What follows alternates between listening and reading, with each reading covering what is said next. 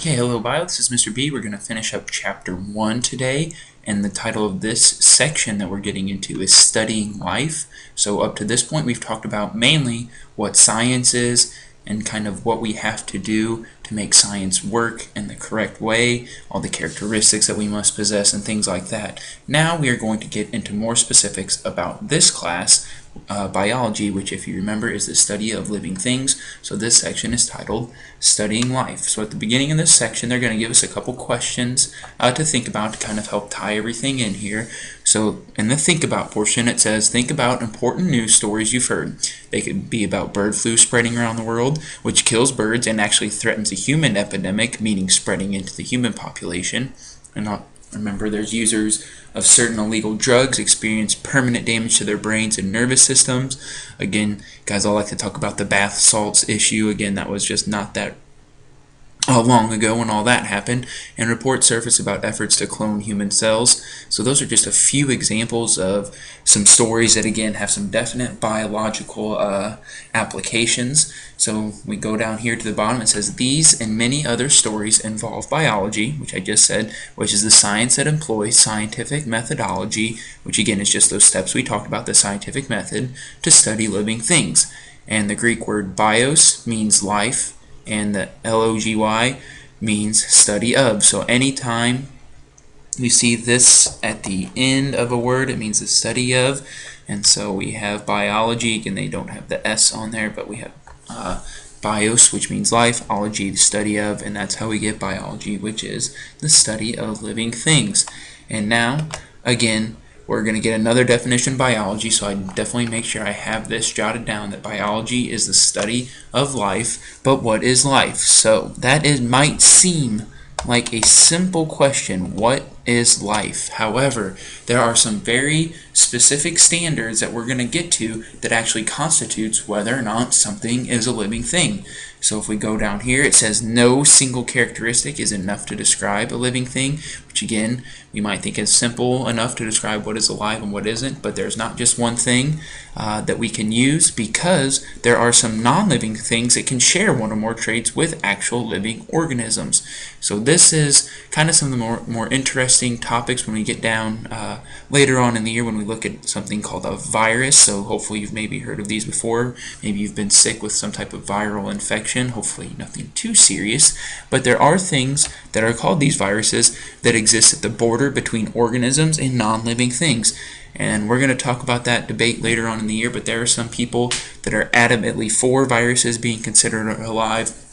There are people that are adamantly against viruses being considered alive, and we really don't have a good way to kind of distinguish that. So, like I said, just as a recap of this one, this is an important slide, that what is life, and no single characteristic is enough to describe a living thing. So we are going to actually take a look at what those characteristics are that an organism must meet in order to be considered alive. So again, despite the difficulty, so like I said, it's not easy, we have come up with a list of that living things have in common.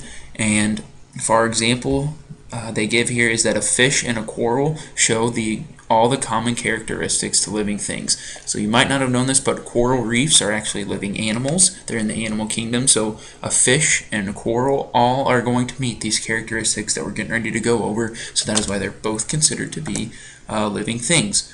So don't worry about writing all these down now. However, I would make sure you get these when it comes to their individual slide. So our characteristics are that living things are made up of cells. They're based on a genetic code. They obtain and use materials and energy. They grow and develop. They reproduce. They respond to their environment.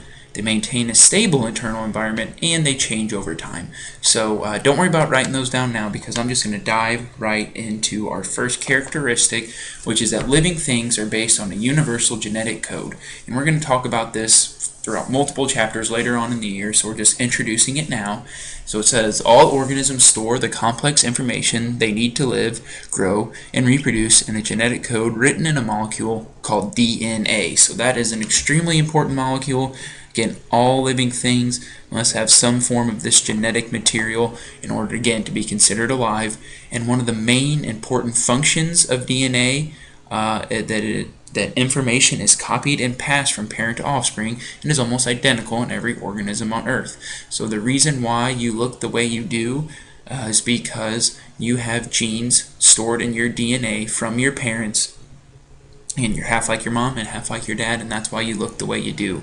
So we're going to spend multiple chapters focusing on this genetic code in DNA, but just make sure you're aware that we have a molecule, again, called DNA that stores our complex information.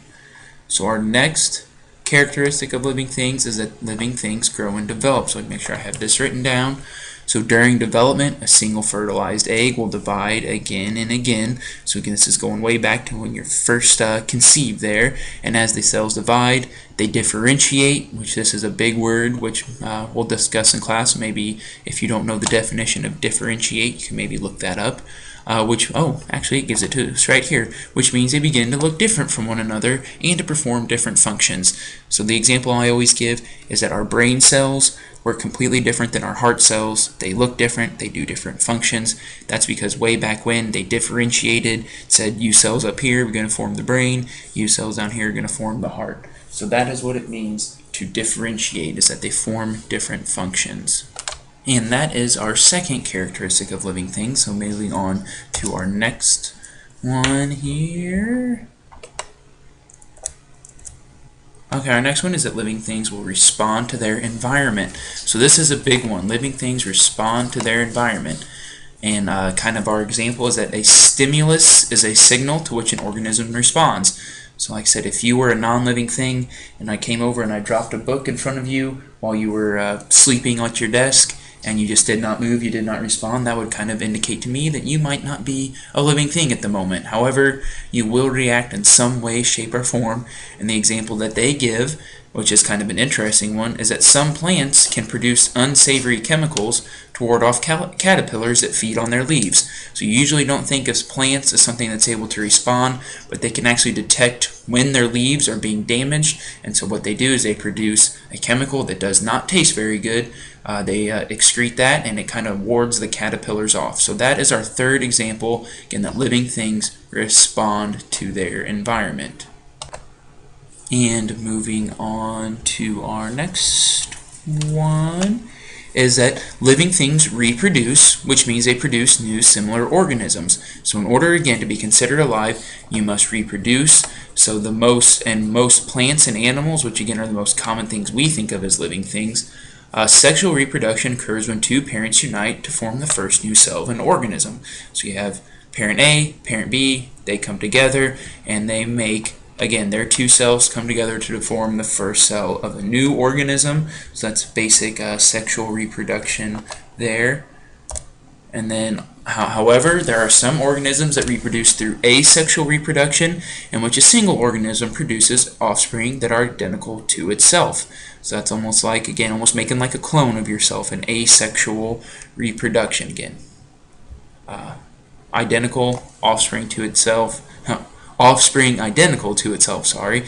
And the example they give is actually that, again, like in plants, that an apple tree is actually sexual reproduction, which again, we don't really think of that, but it is. So our next one, again, moving on here, is that living things maintain a relatively stable internal environment even when external conditions change dramatically. So our example is that us as humans, our internal body temperature is always 98.6 degrees. Even when it's 30 degrees outside, even when it feels like 115, our internal body temperature stays at 98.6.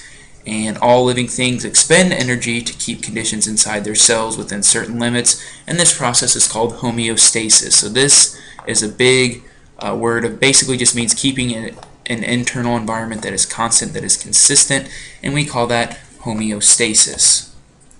And the next one is that living things will obtain and use material and energy to grow, develop, and reproduce. So this whole process of obtaining energy, using it to grow and develop, is called metabolism. So hopefully you've heard that before. So when you eat something when you eat something, you break it down, turn it into energy. That is your metabolism working. And then our next one, I'll just hit on this one really quickly, is that living things are made up of one or more cells, which are the units that are considered fully alive. So we'll get to that later on about how a cell is considered to be that's our first chapter about how our cells are the smallest units that are considered to be fully alive. And again, they're extremely small, but they're able to do all the things that living things are able to do.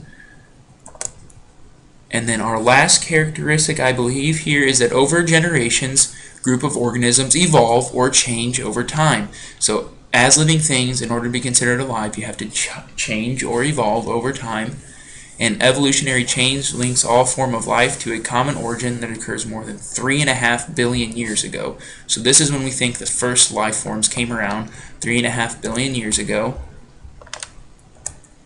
And evidence of this is found in all aspects of living and fossil organisms, from physical features to structures of proteins to sequences of information in DNA.